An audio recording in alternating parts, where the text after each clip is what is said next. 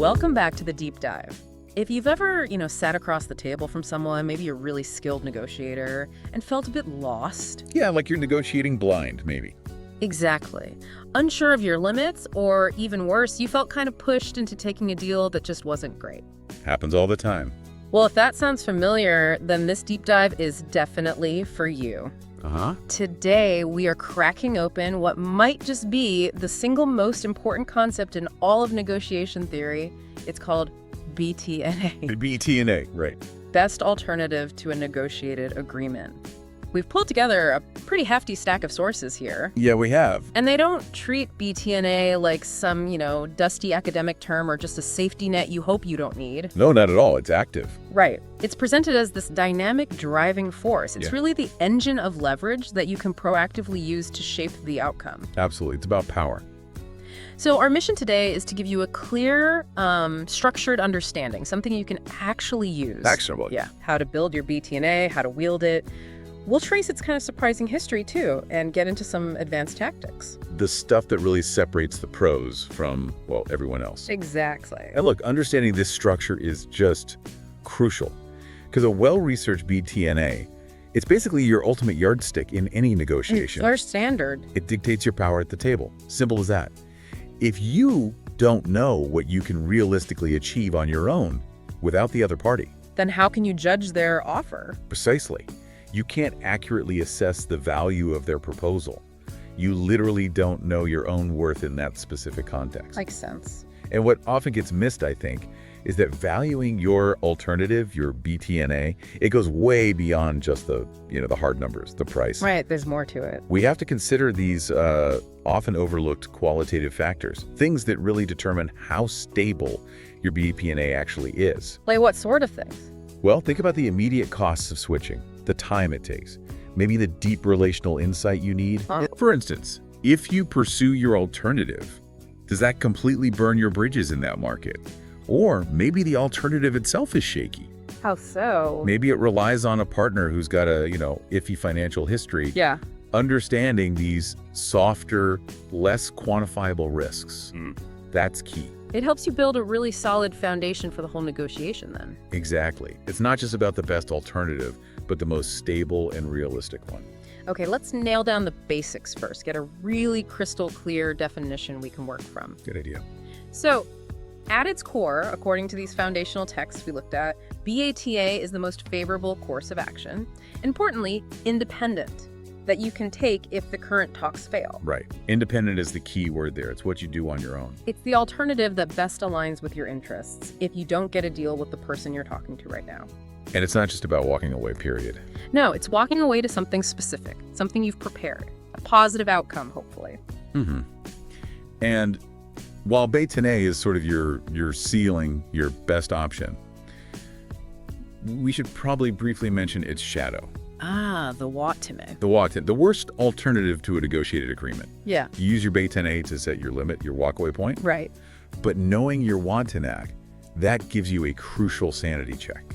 It grounds you in the absolute worst case scenario if everything goes south. If the deal collapses and your backup plans fail. Yeah. It gives you a sense of the overall risk exposure. Useful, but your focus should be on strengthening the BATNA. Okay, focusing back on BATNA then. The sources really hammer this point. When you evaluate a potential deal against your alternative, the valuation has to be broad. Comprehensive. It's never just about the price tag, is it? Never. You absolutely have to factor in the value of ongoing relationships. Is this new alternative partner actually better for you in the long run? Good point. And the time value of money. Crucial. That idea, time value of money. It just means, a dollar today is worth more than a dollar tomorrow. Because you can use it sooner, invest it. Exactly.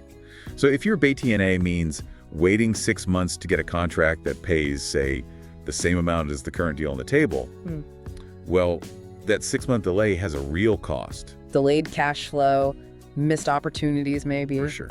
And beyond that, you have to critically assess the likelihood that the other party will actually follow through. Will they fulfill their commitments? Ah, the reliability factor. Right. A fantastic sounding deal that promises huge returns is completely worthless if the other side is known for, poor execution, late payments, or just breaching contracts. So you have to put a value on confidence, too, on reliability. You absolutely must. Risk needs to be priced in. That makes perfect sense. The risk baked into the alternative has to be part of the calculation.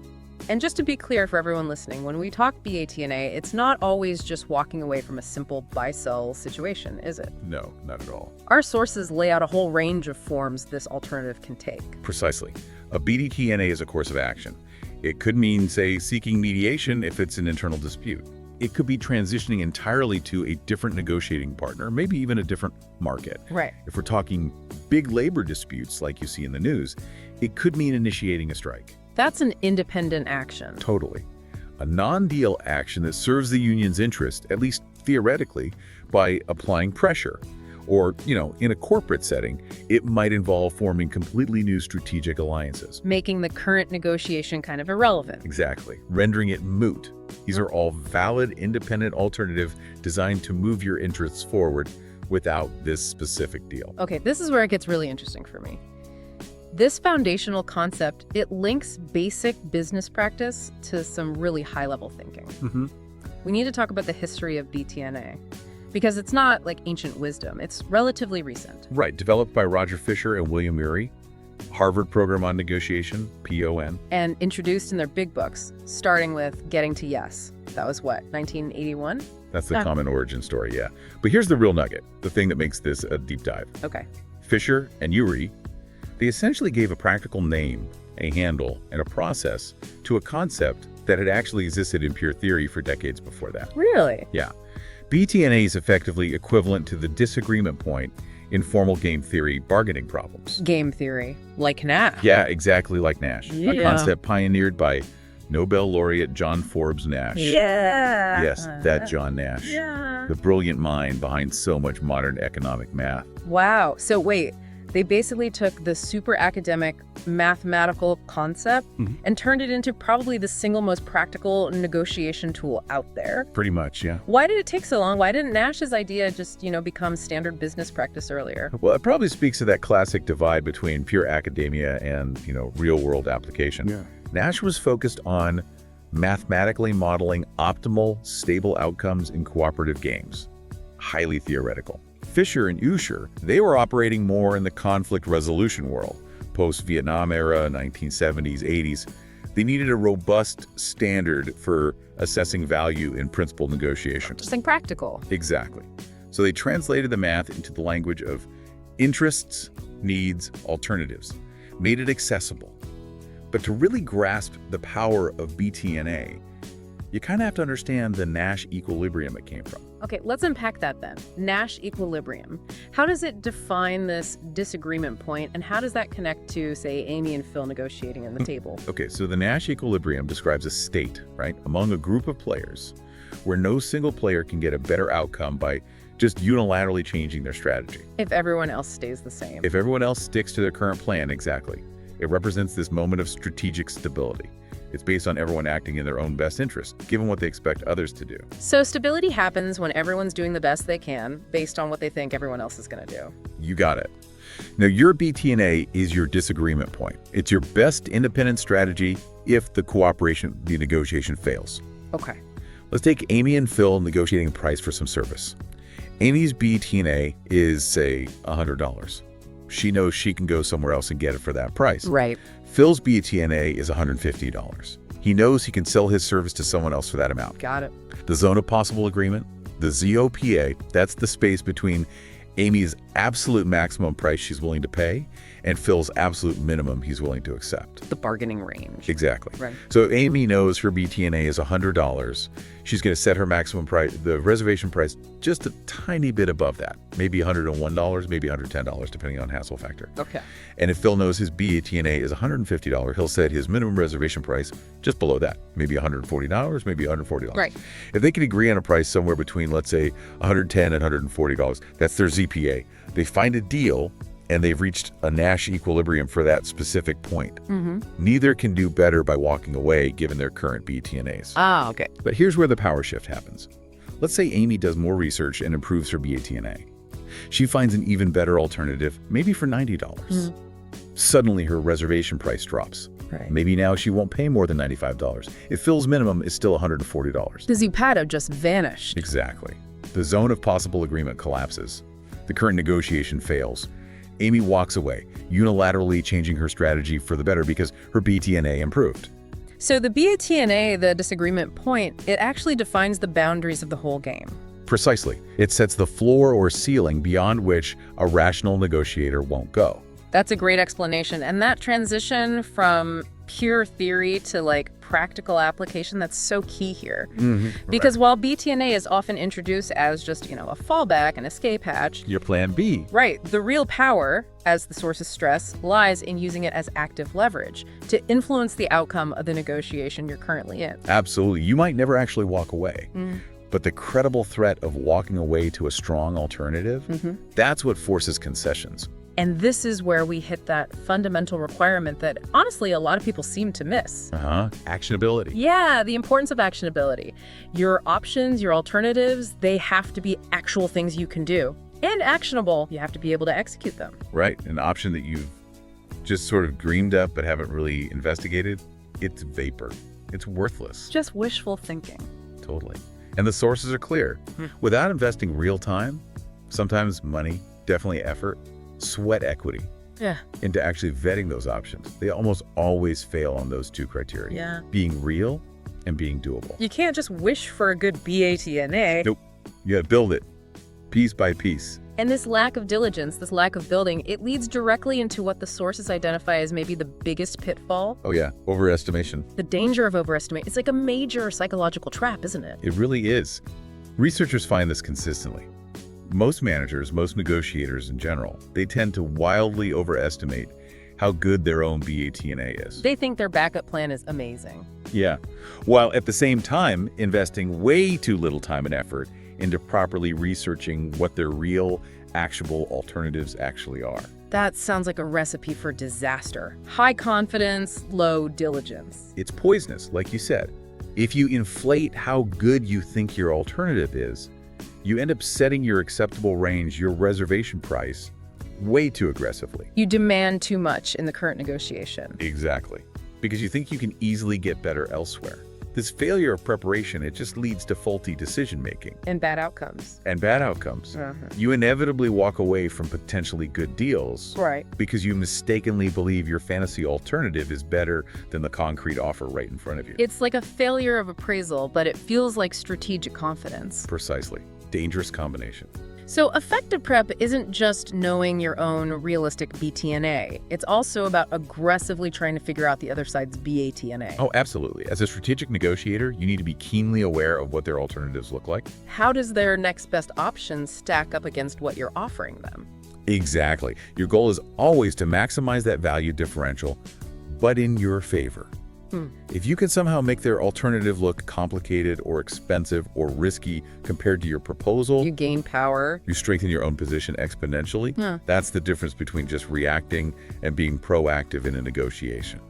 Okay, and this is where tactics can get, well, pretty sharp. The sources talk about parties sometimes acting in what's called bad faith to test assumptions or manipulate perceptions about the other side's real interests.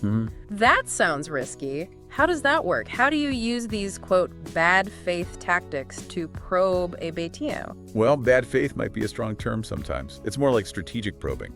Not necessarily outright lying, though it can certainly feel like it's on that line. Okay. It's about signaling then. It's about signaling, yeah.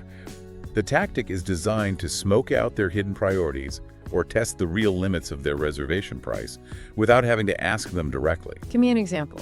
Okay, imagine you suspect, maybe based on some market intel, that getting an early delivery date is absolutely critical for your negotiating partner. Like, they need the product by a certain date for their own commitment. Exactly. But they haven't explicitly said this is a make or break issue. Right. So, to confirm your suspicion, you might deliberately propose a later delivery date. Something less favorable, maybe one you know is probably too late for them. You offer something you think they don't want. Right.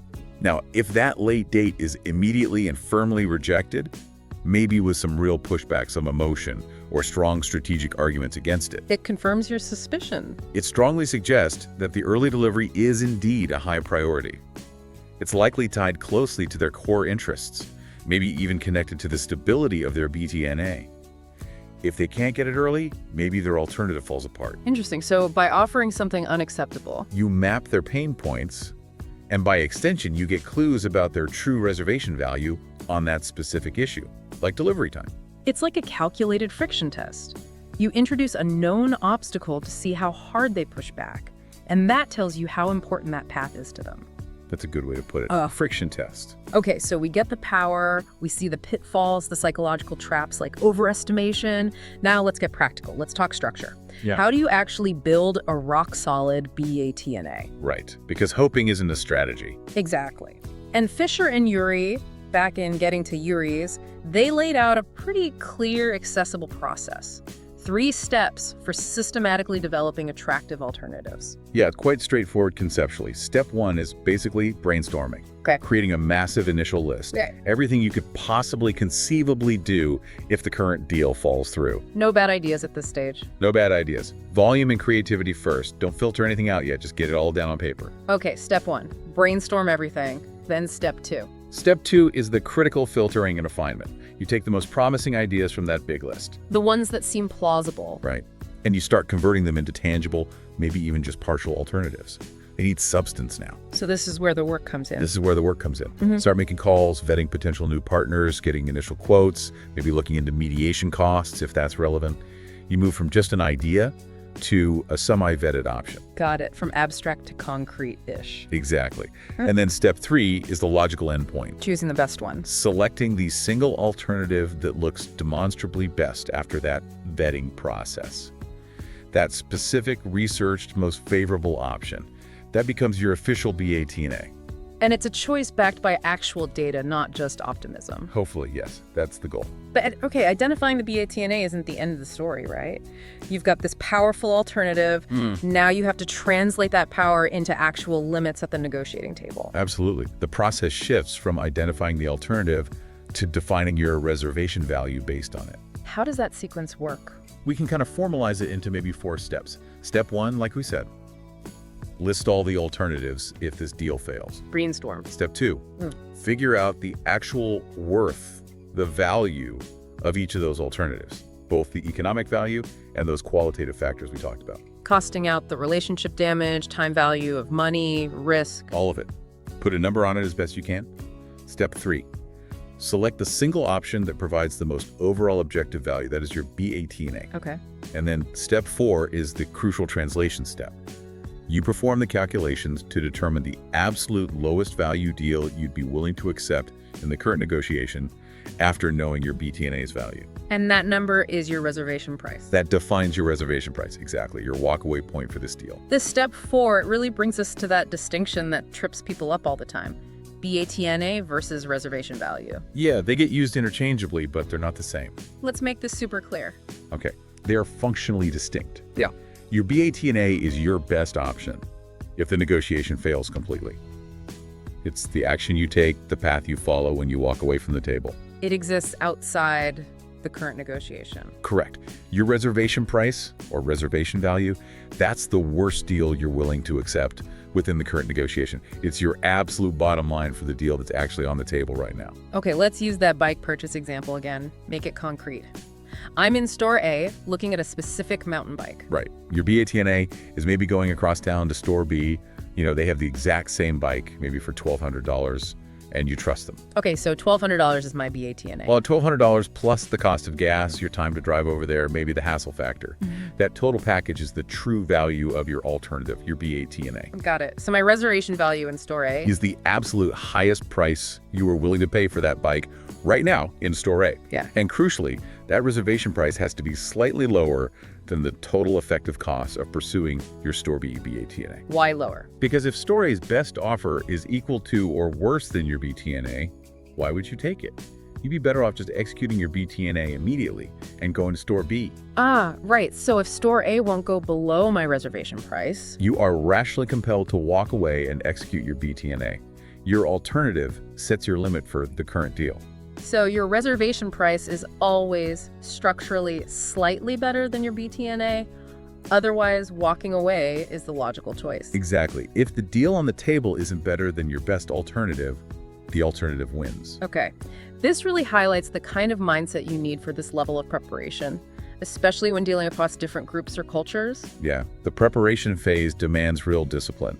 Prejudice-free thoughts, trying to keep emotion out of it, bias-free analysis. Easier said than done. Much easier said than done. But negotiation, ideally, should be treated as a rational, objective exercise as much as possible. Personal feelings, preconceptions, even gut feelings. They need to be consciously questioned or set aside. Because they'll mess up your valuation. They will absolutely undermine the accurate valuation of both your BATNA and the deal that's being offered. And this challenge, mitigating bias, it gets even harder in cross-cultural negotiations, right? Oh, absolutely amplified. Parties have to account for different cultural cognitive behaviors, how different groups might perceive time or risk or authority or relationships. So what's the core advice there? The core advice is always to rigorously separate the person from the problem. Separate the individual negotiator from the objective issues on the table. Don't let judgments cloud the numbers. Right. You must not allow judgments about the individual or their perceived cultural style to affect the objective valuation of their interests or your own BETNA. Keep the focus strictly on the facts, the value, the potential for agreement, and the objective resolution. Okay, let's shift gears into some more advanced strategy. We know building a BATNA gives you power, but how you sequence your negotiations can actually amplify that power quite a bit. Oh yeah, the order matters. The sources detail the strategic use of negotiation order. A sequential approach can be really favorable for building BATNA power, especially if you're in a market with multiple potential partners. How does that work? The underlying strategy is pretty simple, actually. You start negotiations with your less favored partners first, the ones that aren't your top choice. Okay, why start there? You use these initial talks to try and secure a tentative agreement, maybe even a signed low-priority contract. It takes time and effort, obviously. Right. So what's the payoff for investing time with the less preferred option first? The payoff comes when you then move on to negotiate with your preferred high-value partner.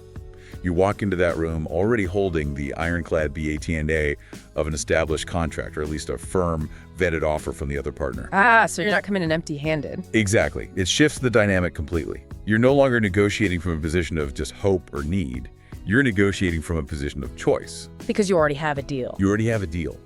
So if the preferred partner doesn't offer something demonstrably better than the deal you've already secured, you just walk away and take the first deal. You simply execute your established BTNA.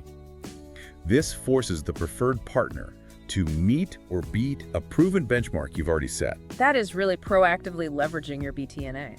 That's smart. It takes planning, but it's powerful. Okay. Now, if the goal is always to maximize the gap between our offer and the opponent's alternatives, we also need to talk about tactics designed to actively weaken their BTNA. Right. Well, your main focus should always be on strengthening your own BTNA and protecting it. You have to play defense first. You have to play defense first, absolutely. But a sharp negotiator is also looking for strategic opportunities to, let's say, gently erode the opponent's options, make their alternatives seem less attractive. How do you do that ethically? Yeah. Or effectively? Well, there's several techniques. One common one is striving for exclusive negotiation periods. Exclusivity clauses. Right. You try to lock the opponent into a period where they legally or maybe just ethically agree not to talk to other potential partners. So you take their other options off the table temporarily. Exactly. Forcing them to focus only on your deal, increasing the pressure on them to make it work. And timing is another lever. You mentioned that earlier. Absolutely. Time pressure is a classic tactic. You might deliberately delay negotiations if you know they have tight internal deadlines. Making their alternatives look less viable because they're running out of time. Right. Or conversely, you might suddenly try to accelerate the negotiations if you know their best alternatives require a really long lead time to set up. Making those alternatives useless because things are moving too fast. Precisely.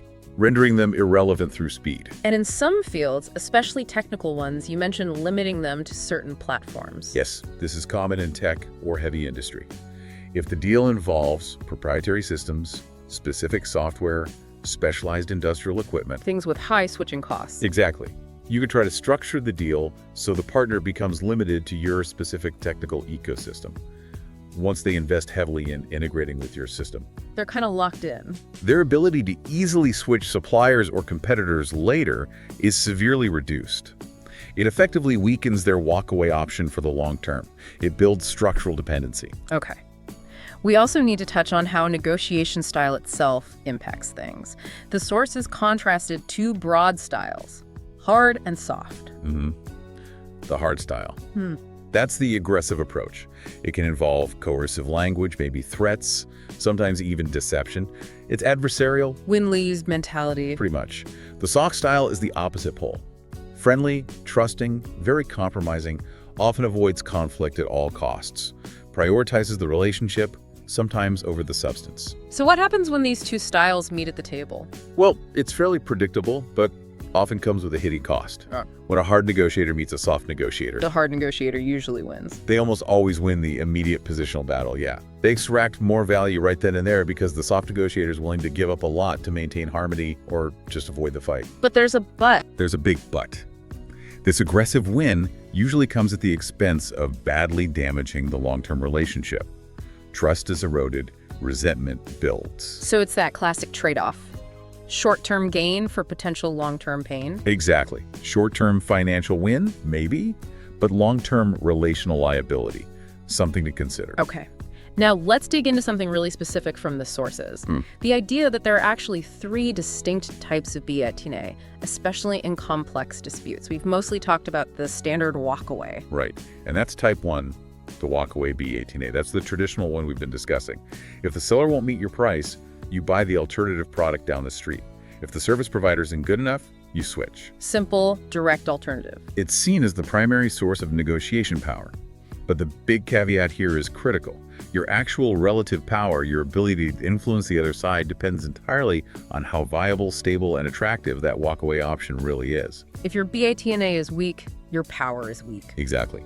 If it's shaky or costly, your leverage is pretty much non-existent. Okay, that's type 1. What's type 2? It sounds more complex. The interactive BTNA. It is more complex. This type is sought, or sometimes it just arises, when one or more parties are actively not cooperating. They're being difficult, obstructive. So the BTNA emerges from the conflict itself. Yes. The BTNA is essentially the consequence of, or reaction to, that non-cooperation. The sources gave 3 clear examples. First, an economic one. Okay. Imagine a newspaper accidentally forgets to replace some really offensive ad. It runs by mistake. As a result, maybe 50% of their subscribers immediately cancel their subscriptions in protest. Wow. Okay. The subscribers are the non-cooperative party here. Their action unsubscribing en masse causes the newspaper to lose half its subscription revenue and probably half its ad revenue too. That massive financial hit is the BATNA for the subscribers. It forces the newspaper to address the grievance, apologize, change policies. The consequence of non-cooperation becomes the leverage. Precisely. Okay, second, a political example. The filibuster. The classic filibuster. A political party starts filibustering a piece of legislation they oppose. They are the non-cooperative party. Right. Their BATNA isn't really an alternative action. It's the status quo, the failure of the bill they don't like. They deem that preferable to the bill passing. So their non-cooperation creates the outcome they want.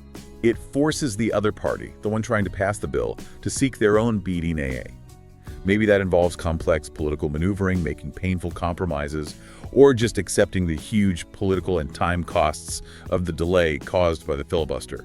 The non-cooperation forces the other side's hand. Got it. And the third one, the social example. This involves persistent refusal. Think protesters who won't leave a site despite police attempts to displace them. Civil disobedience. Right. The protesters are the non-cooperative party. Their BATNA is basically continuing the protest enduring the hardship.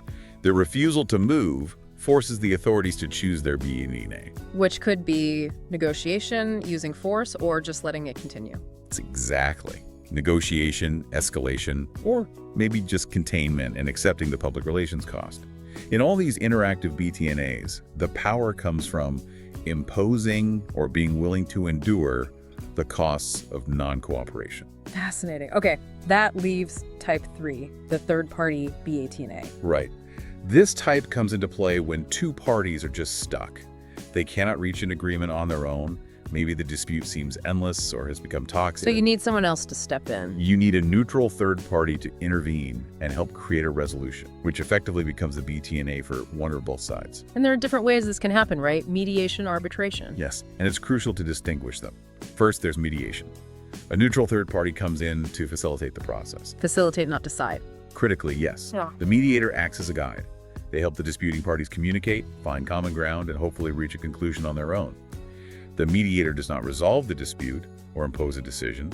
The parties keep control of the outcome. Okay. What about arbitration then? That sounds more decisive. It is. In arbitration, a neutral third party, the arbitrator, is brought in specifically to resolve the negotiation by making a binding decision. So they do decide the outcome. They do. They hear evidence, arguments from both sides, and then they issue a ruling. The key difference from mediation is that finality. The arbitrator's decision effectively becomes the BATNA, or the final outcome, resolving the issue. And the parties have to accept it. Typically, yes. If they've agreed to binding arbitration beforehand, it's usually faster and cheaper than going to court. But the big trade-off is you lose control over the final decision. Right. And that leaves the final, most drastic third-party option, litigation. Yeah, litigation. Going to court. This happens when negotiations completely break down, maybe get really nasty. Yeah. An authoritative third party, the legal system, the courts intervene. The judge decides. The judge or jury decides. The issue is resolved through a judicial decision, a judgment, and both parties must comply with the court's ruling. It's usually the most expensive, most time-consuming, and often the highest-risk alternative. Because the outcome is unpredictable and adversarial. Very unpredictable, very adversarial. But the resolution, when it finally comes, is backed by the full power of the state. It's the ultimate backstop when all else fails. #outro. So if we kind of pull all this together, synthesize this deep dive, I think the main takeaway is that BATNA isn't just a tactic, it's really a foundational piece of strategic thinking. It's more than just an escape plan. Way more. It's a proactive, powerful strategy. And fascinatingly, it's mathematically linked to these deep game theory principles from people like John Nash. Which gives it real teeth. Absolutely. And making it work requires that rigorous research we talked about, that realistic self-assessment to avoid the trap of overestimation. Which seems so common. Very common. And crucially, always keeping clear that functional difference between your best alternative, your BATNA, and your absolute bottom line in this deal, your reservation price. Two different numbers serving two different purposes. Two different purposes. Get them confused, and you're in trouble. You know, the strength you get from having alternatives, it feels like a timeless truth. I was reminded of a quote from Neil Stephenson's novel, The Confusion. One character just plainly states, "To have a BATNA is good and wise." Perfect. Even sci-fi writers get it. Right. The ability to walk away genuinely because you have solid, vetted options. That's the ultimate leverage. It often means you don't have to walk away because the other side respects that power. It changes the whole dynamic. And so this leaves you, the listener, with maybe a final provocative thought, something to chew on after this deep dive wraps up. Okay. We've established that having a strong BATNA often leads to getting a great negotiated deal, right? Your power to get the deal is directly tied to how good your walkaway option is. Makes sense. But consider this. If you have truly done all the hard work, the vetting, the costing, the risk assessment, the bias checking, and you've developed the absolute best possible alternative for yourself. A truly stellar BATNA. Yeah. Are you actually more likely to use that power to secure a fantastic negotiated agreement? Or, if your BATNA is genuinely the good, are you perhaps more inclined, maybe even rationally compelled, to just follow your meticulously planned, well-valued BATNA instead? That's a great question. What does the choice between a great negotiated deal and an excellent BATNA ultimately tell you about the true inherent value of the deal you were negotiating in the first place? Does the BATNA become so good it eclipses any possible negotiated outcome? Interesting.